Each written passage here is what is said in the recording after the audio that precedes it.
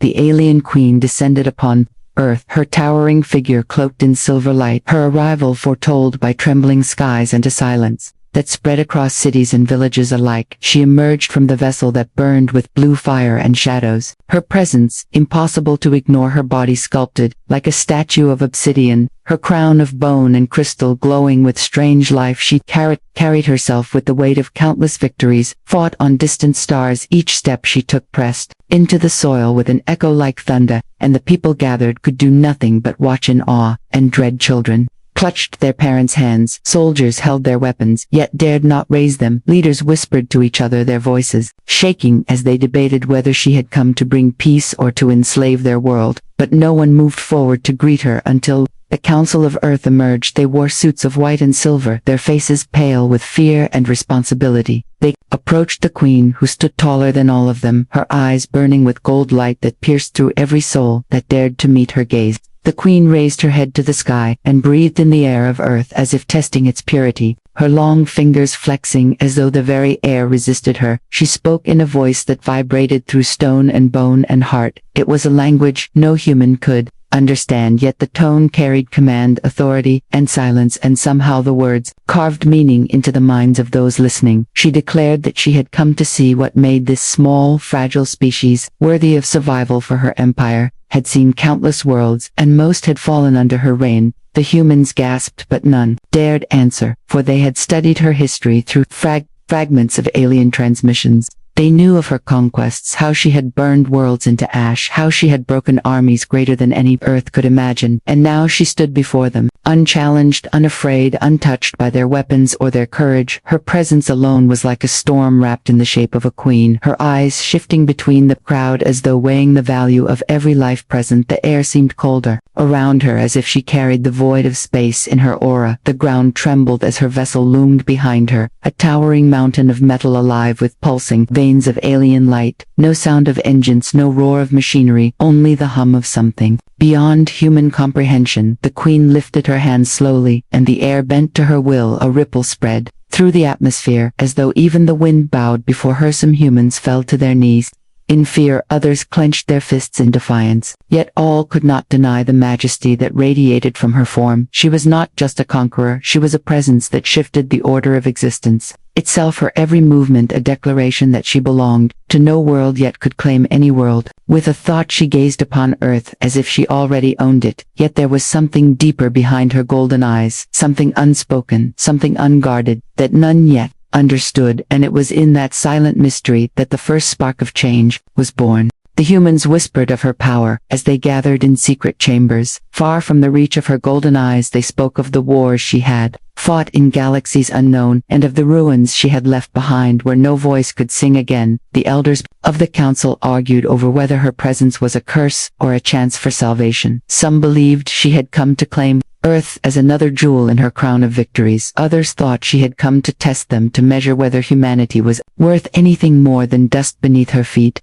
Their voices rose and fell in fear and speculation, yet none could agree. The world held its breath. Entire cities watched the skies as drones captured her image and spread it across every screen. Her shadow falling upon the land like the hand of destiny. Soldiers marched along borders, weapons trembling in their hands, though they knew none of their steel would pierce her flesh. Still they stood for pride, for duty, for the illusion of control. Mothers clutched their children, fathers locked their doors, and yet in every corner of the earth the question echoed, what does she want? At last the council decided that one family would be chosen to meet her face to face, not warriors, not politicians, but a simple family who could show her the essence of what it meant to be human. They reasoned that steel could not move her, and threats could not bend her, but perhaps the heart of an ordinary household might stir something that armies never could. So they searched through the endless lists of citizens, until they chose a family unremarkable in wealth or power, a family whose only gift was the bond they shared. The family lived in a modest home, surrounded by fields of green and the laughter of neighbors. They had never asked to be chosen, yet destiny had written their names. The mother carried strength in her eyes, the father carried hope in his hands, and between them a child carried a spark, untouched by fear. When the soldiers came to escort them, the family trembled yet obeyed, for to refuse was impossible. They boarded a craft of polished metal that carried them across the skies, Toward the place where the queen awaited, the queen sat upon her throne within a chamber that seemed alive. The walls pulsed with veins of blue light, and the ceiling arched like the ribs of some ancient beasts. She watched as the family entered, her gaze sweeping across them, as if she could see through their bones into the core of their being. The soldiers bowed low before her, but she did not move, her attention fixed upon the small group of humans who walked with steps heavy with faith. The mother clutched the child close, the father walked with guarded strength, and yet the child slipped free, to stand at the front tiny compared to the throne that towered above them. The queen tilted her head, her eyes narrowing in curiosity, for she had seen warriors kneel and empires burn, but never had she seen a fragile creature so small stand before her. Without trembling, the silence in the chamber deepened, and in that silence the seeds of something extraordinary began to take root. Within that family was a child, small and curious, a spark of innocence that no shadow could smother. The child had listened to the whispers of fear spoken by neighbors and the heavy words spoken by the council, but none of it had planted dread in the young heart. Instead, there was a fascination, a wonder that stirred as bright as the morning sun. For the child saw not a monster, not a conqueror, but a figure wrapped in mystery and light. As they entered the throne chamber, the air felt heavy, as though the walls themselves breathed with alien life. The mother tightened her grip on the child's hand, but the child wriggled free, small feet padding softly against the living floor. The father reached out to stop the little one, but it was too late. The child stepped forward, drawn toward the towering figure who sat upon the throne, the alien queen, her crown glowing faintly, her eyes twin suns that burned with unreadable fire. The queen tilted her head, the movement slow, deliberate, her golden gaze falling upon the child. She had seen soldiers stand tall and collapse in terror. She had seen rulers beg for mercy, yet here before her stood a small creature, unshaken, unbowed. The silence between them stretched long and unbroken, the chamber filled with the sound of a heartbeat, not her own, but one she could feel, as if the child's heart spoke louder than words. The humans who guarded the family tensed, their weapons held close, though they dared not lift them. The counselors whispered prayers under their breath, for they knew that the queen had ended lives for far less than this. The mother's lips trembled as she tried to call her child back, yet no sound left her throat. The father clenched his fists in helpless fear, unable to decide whether to pull the child away or to let fate choose. The child, however, knew none of this. The child saw only a presence, grand and terrible yet beautiful. The child's eyes, wide with awe, walked closer and closer, until the great shadow of the throne swallowed the small figure whole, and still there was no fear, no hesitation, only wonder. The child lifted a hand tiny against the scale of the queen, her long fingers sharp and regal, could crush or command entire worlds. Yet the child reached for her as if she were nothing more than another soul to be touched. For a moment, the queen did not move. She sat still, her body carved in shadow, her crown catching the glow of the chamber light, her expression unreadable. But inside, her thoughts collided like storms. She wondered why this small being did not fear her, why the eyes of this child glowed with curiosity rather than terror, why there was no trembling, no retreat, no surrender. The silence deepened as the child stood before her, small voice waiting, unspoken yet ready to burst forth. The guards shifted, the council stared, the parents held their breath, and the queen lowered her gaze just slightly, as if drawn by a force she had never known.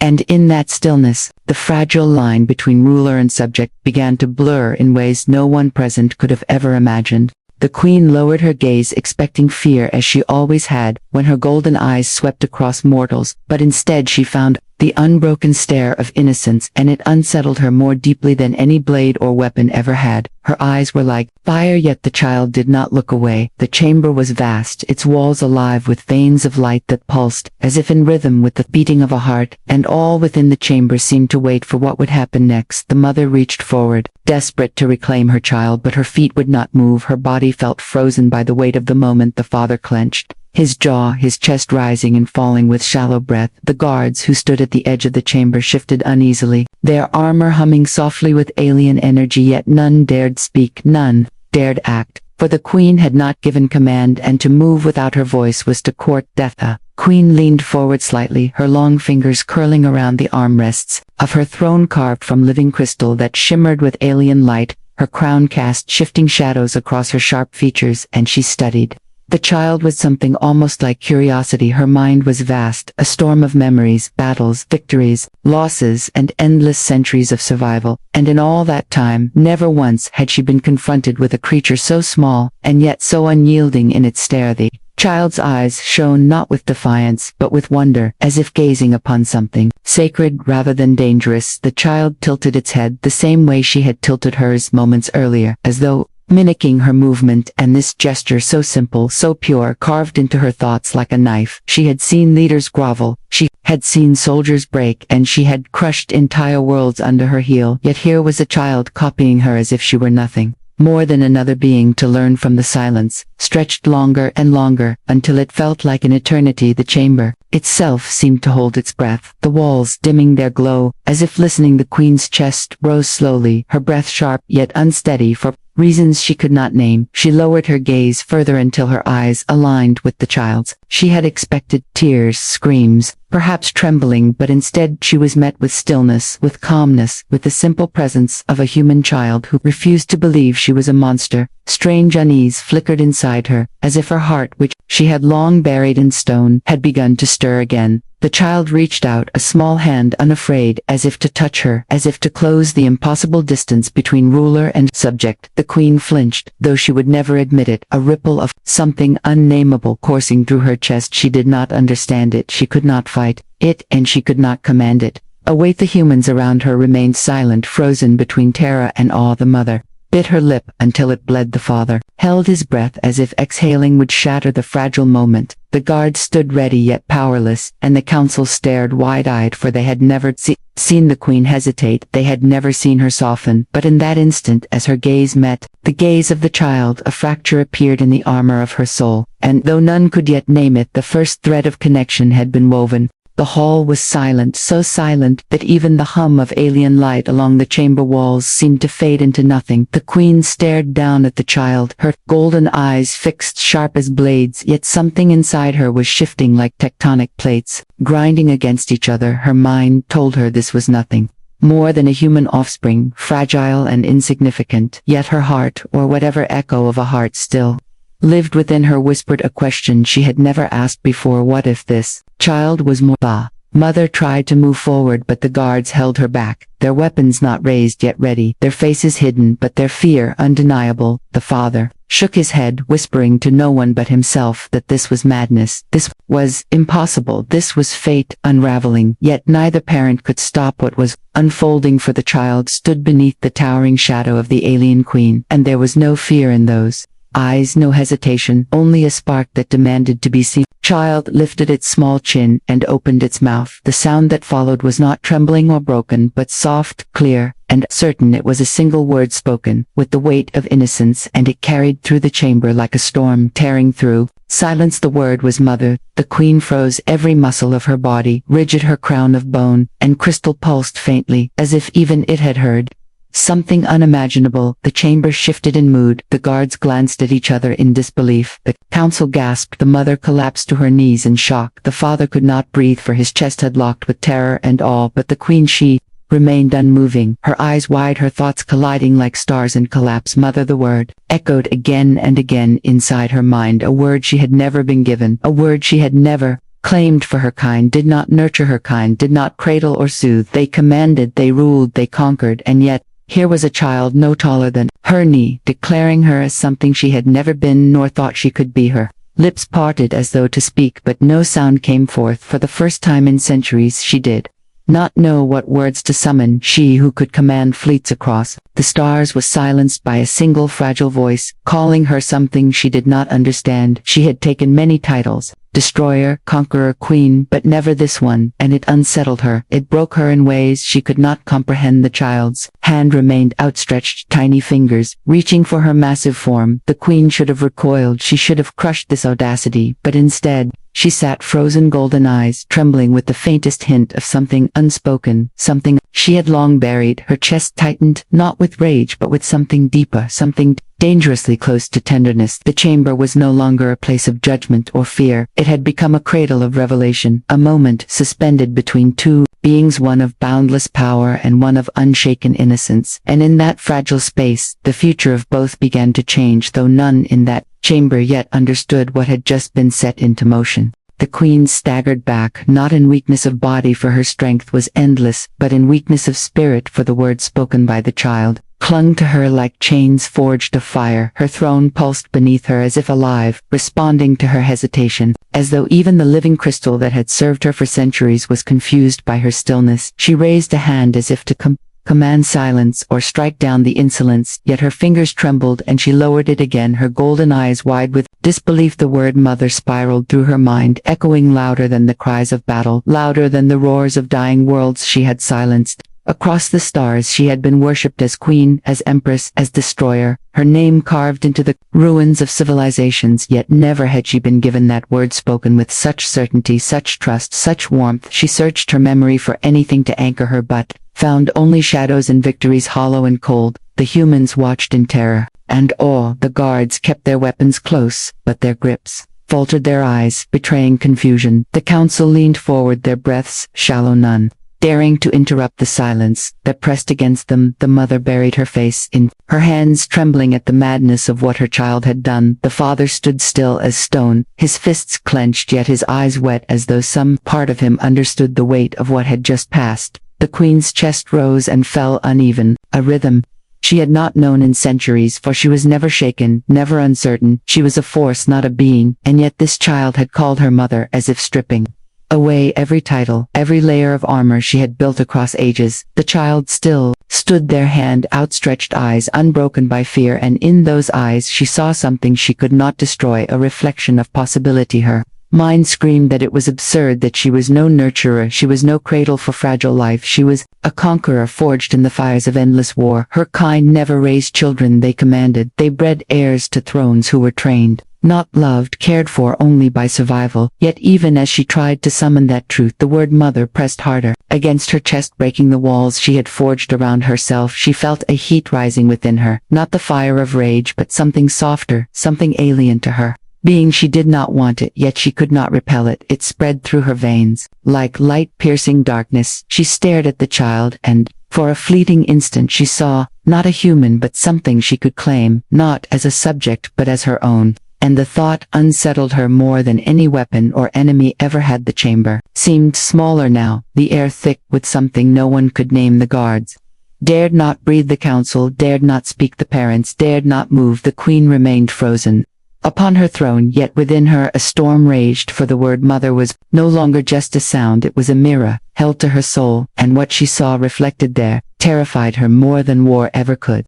The human parent froze, unable to understand what had just happened. The mother clutched at her chest, her breath shallow, her eyes wide with disbelief. She wanted to cry out to her child, to drag them back from the throne, but her legs would not move. Her body felt heavy as stone, and her voice caught in her throat. The father stood firm, but inside his thoughts collided with fear and awe. He had prepared himself for battle, for sacrifice, for death, but never for this, never for the word that had just escaped the lips of his child. The guards glanced among themselves, their armor humming with tension, their hands gripping weapons meant to pierce steel. Yet they hesitated, for they had seen their queen strike down armies without pause. Yet now, she was silent, frozen, as though the simple sound of one word had undone her power. The council shifted in their seats, their faces pale, their eyes darting between the queen and the child, as if trying to decide whether this moment was a miracle or a threat to everything they knew. The queen remained still, her golden eyes fixed upon the child, her lips parted as if she might speak, but no sound came. The silence was unbearable. It pressed against every heart in the chamber, like a weight none could lift. The humans waited, the guards waited, the council waited, and in the center of it all, the child remained unshaken, hand outstretched, eyes glowing with innocence that no force could dim. The father finally stepped forward a single pace, his body trembling with the effort, his fists clenched. He wanted to pull his child back, yet he knew that to touch them now might shatter something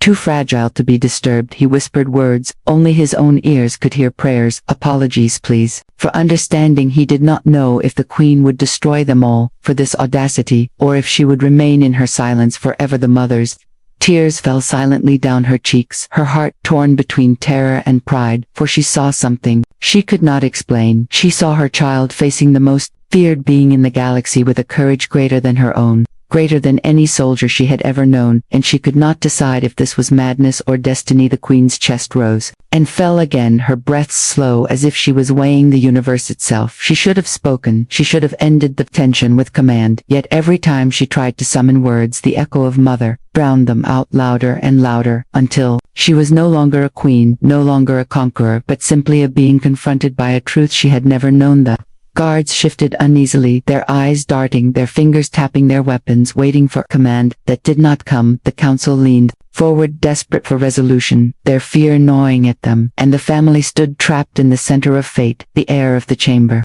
thick with unspoken meaning, the queen frozen in the grip of a single word, the child unmoving in the light of innocence, and the silence of that moment became more powerful than any battle that had ever been fought. Her chest ached with something unfamiliar, a pulse that she could not control, a warmth that grew stronger with every second she stared at the child she had endured centuries of war and conquest. She had stood in the ruins of burning planets, and never once had she felt the sensation. It was not rage, it was not triumph, it was not hunger for power, it was something softer, more dangerous, and it unsettled her in ways that no blade or army ever had. The child remained unmoving, hands stretched toward her, tiny fingers trembling not with fear but with hope. The queen could not look away. She had faced warriors who burned with defiance, yet this gaze was different. It was not a challenge, it was an offering, a gift that stripped her bare. She could see her reflection in those innocent eyes, and what she saw was not a monster, not a queen, but something she had long denied the possibility of being. Her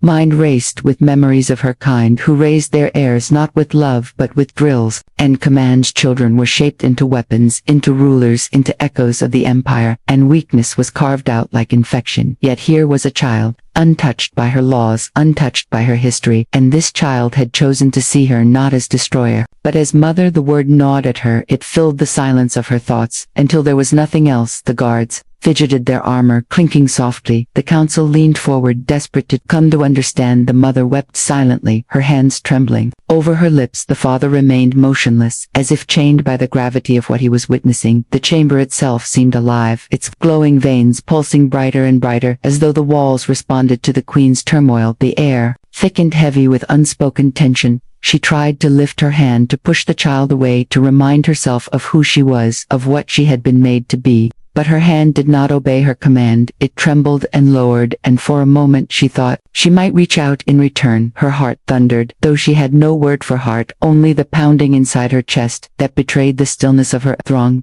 The child smiled, a small, fragile smile that cracked the silence like dawn breaking through night, and the queen felt something fall away inside her, a wall she had built stone by stone across endless centuries. A wall that had kept her alone, that had kept her cold. She did not want to admit it, yet she could not deny it anymore. This child had pierced her soul with a single word and a single gesture. She looked at the parents, their faces pale with fear and wonder. She looked at the council, trembling in confusion. She looked at her guards, frozen and waiting, yet none of them mattered. Only the child mattered in that instant, for the child had given her something no empire, no army, no throne had ever given her: the possibility of belonging, and the possibility of being more than what she had always been. From that moment the galaxy shifted, though none within the chamber could yet name the change. The queen sat upon her throne no longer with the stillness of a ruler, untouched by emotion, but with the trembling of one who had been shown a truth that undid centuries of certainty. She gazed upon the child, and in that small, fragile face she saw more power than in any weapon or fleet, for the child had given her the one thing she had never known, the choice to be more than conqueror. The humans dared not breathe. The mother pressed her hands together as though in prayer. The father stood like stone, his heart racing faster than he could bear. The guards shifted uneasily, awaiting command that never came, and the council leaned forward, their eyes wide, searching for meaning in the silence of their queen. Yet the queen did not look at them. She looked only at the child, and the warmth in her chest grew stronger. With every passing moment she had destroyed worlds with less hesitation than it took now to lift her hand. She had ended civilizations with less thought than it took now to lower her gaze. She felt the weight of her crown pressing down heavier than ever, not with pride but with the memory of all that she had been, and the question of what she could yet become. She wondered if the word mother was not a title given but a title earned, and for the first time she longed to understand it. The child lowered their hand, but their eyes did not falter. They glowed with a light that demanded to BAFTA, refused to bend or break, and the queen felt herself leaning closer as though drawn by a force beyond Her will, she had been feared across the stars, yet here she was studied by a child who feared nothing she had ruled with. Terror, yet here she was undone by tenderness. The council whispered nervously to each other, their voices shaking, for they could sense the shift. They did not know if it meant salvation or doom. The guards kept their weapons ready, but doubt flickered in their eyes, for the queen they served was no longer the same as the one who had walked into the chamber. The parents remained silent, their souls torn between terror and awe. Unable to imagine what future had been born before them, the queen rose slowly from her throne, the living crystal humming as though alive, her towering form casting a vast shadow over the chamber. Yet her movements were no longer sharp with dominance, they were heavy with thought. She looked once more at the child, and, for the first time, she did not see fragile flesh. She did not see prey. She did not see subject. She saw kin. Her voice, when it came, was low and unsteady. Unlike the thunder that had once silenced worlds, it carried no command, no threat, only a weight of discovery. She did not speak words the humans understood, yet they felt the meaning ripple through them like a tide. She had chosen